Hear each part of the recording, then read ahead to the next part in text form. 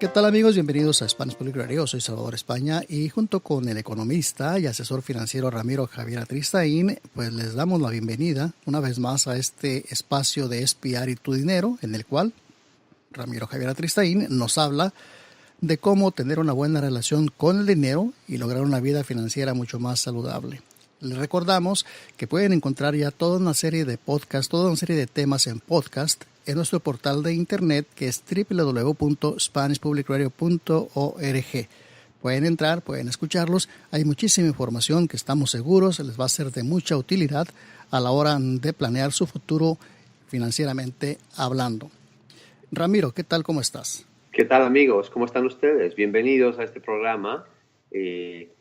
Estoy encantado de poder explicarles temas financieros y brindarles consejos prácticos. Tomen nota que pueden contactarme a través de redes sociales como @turelacionconeldinero o también pueden comunicarse conmigo a través de correo ramiro@atristainadvisors.com y estaré encantado de recibir sus sugerencias, comentarios y preguntas y también ofrecerles mi apoyo y asesoría en cuanto a temas financieros. Si vive, ha trabajado toda su vida acá, le gustaría volver a su país natal o eventualmente jubilarse en otro país. Así es, Ramiro, pues ya que tenemos toda una vida de trabajo por acá en Estados Unidos, muchos de nosotros que venimos de otros países queremos disfrutar de esos años ya de nuestra jubilación fuera de Estados Unidos. Pero, Sí, ¿cómo es este proceso? Pues es así, la tendencia a jubilarse y retirarse en otro país ha aumentado mucho en general, no solo en la población anglo, sino también en la comunidad hispana en Estados Unidos. Y entonces, por eso queremos un poco tocar ese tema, porque en realidad depende mucho, el poder lograrlo depende mucho de tener un plan, de pensar en cómo lograrlo, ya que el factor más importante ha de ser el costo. Hay noticias interesantes con respecto a eso, ¿no? Hay más de 500,000 de personas que viven fuera de los Estados Unidos y que están cobrando hoy en día su seguro social, o sea, los beneficios del seguro social. Eso, datos del fines de 2016 que el Seguro Social, la Administración del Seguro Social mantiene. Entonces, lo más interesante de todo es que si en encuestas que el Seguro Social hace, más de 1/3 de la población americana dice que se mudaría fuera de los Estados Unidos si es que, y lo considerarían. Y una de las razones más importantes es por el costo de vida. Entonces, considerando que el costo de vida sigue aumentando y aparte de que se complica la parte de amasar un patrimonio suficientemente grande para tener y poder jubilarse, no es ninguna sorpresa, creo, que la gente considere este tema. Y obviamente, desde otro punto de vista también con respecto al clima y demás, ¿no? He estado no hace mucho, por ejemplo, en San Miguel de Allende, en la zona del estado de Guanajuato. He estado en otros lugares, en México, por ejemplo, donde hay muchos americanos que se jubilan en México. Pero también hay una tendencia, y esto es algo que he ido encontrando poco a poco, de mexicanos que vuelven a México para cuando es su época ya de retirarse y de jubilarse. Y no solo a México, sino a sus países natales por el resto de Latinoamérica. Entonces, incluso he encontrado información hay una plataforma que se llama International Living, donde calcula los costos, te da mucha información al respecto. Cada año hace una lista de los mejores lugares donde vivir fuera de los Estados Unidos y cosas así para el público en general. Entonces, esto me hizo pensar un poco de indagar y averiguar que si solo son los americanos los que piensan esto, porque he conocido muchos y siempre he oído en mi entorno gente que dice quisiera volver a mi país natal.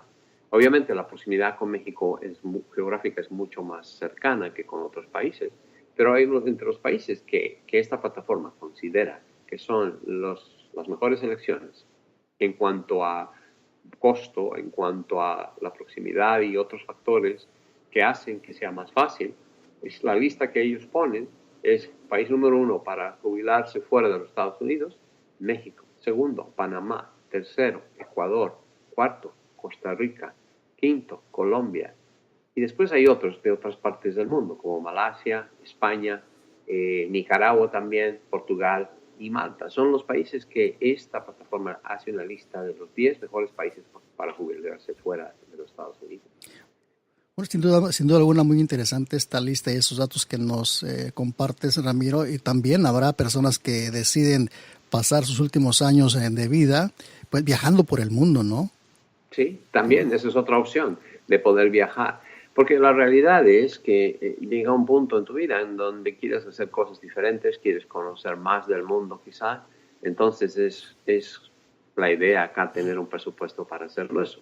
Pero volviendo al tema de que la jubilación en este país, por el hecho de que no todo el mundo ha logrado tener un patrimonio suficientemente grande para poder jubilarse, y va a depender de lo que reciban del Seguro Social. Y la mensualidad del Seguro Social puede ser entre $1,400 a $2,700 por mes por individuo. Si consideras ese costo, y asumiendo que puede que cuentes o no con otros aspectos de un patrimonio, ya sea ya tienes una casa pagada o de repente tienes algunos ahorros que has hecho como en un 401k, IRA y demás, quizás se vuelve algo interesante para considerar. Porque asumiendo que que cuentes con unos $2,000 o $2,500 por persona, o quizás entre dos personas casi $3,000 o $4,000 de como mensualidad del Seguro Social, entonces ese va a ser parte de lo que va a dirigir tu presupuesto en qué es lo que puedes, con qué puedes vivir. Entonces, una cosa interesante, cuando ves costos, y tengo una buena idea de los costos, por ejemplo, en México, ¿cuánto costaría jubilarse en México? Asumiendo eso. Entonces, si consideras el costo promedio según el índice de costos que hay, en lugares como ciudades medianas y no tan grandes, y tampoco estoy hablando de pueblitos pequeños, pero así como los lugares cercanos a una capital en algún estado de México, y sacas ese promedio, los costos más o menos tienden a ser así. En casa nada más podrías gastar, o sea, en vivienda, en alquiler, por ejemplo, y una casa completa, unos $900. En insumos de electricidad y otras cosas, incluyendo teniendo acceso a cable o internet, otros $150. En cuanto a cosas de gastos del hogar, unos $200 o $230. Y, por ejemplo, hacer el mercado y demás, unos $300. Incluso tener dinerito para salir y disfrutar de otras cosas, otros $200 o $250. El costo de salud, por ejemplo, el IMS, el seguro que provee algo a los que son nacionales mexicanos, podría ser un costo de 140 o algo así, y otras cosas que te quede un margen de 100 o 150. Con $2,000, $2,100 ya tienes cubierto todo eso. Y si tu mensualidad del Seguro Social es más que ese dinero, obviamente entre dos personas podría ser casi el doble de eso, ya tienes una manera de poder vivir en un país como México a un costo de vida que te va a permitir incluso estar viviendo más desahogadamente. Por eso es que este tema parece interesante y ahora entiendo por qué tanta gente lo considera e incluso lo va haciendo, ¿no? Entonces, estos Exacto, estimados Ramiro. vienen de ese sitio que se llama International Living, que hace unos cálculos por país, te da mucha información al respecto.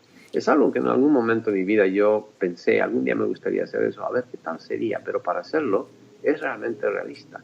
Y cuando te enteras que los países con mejor calidad de vida, en cuanto se considera el costo de vida, aparte del clima y otras cosas, en esta lista, por ejemplo, la mayoría de los países están en Latinoamérica.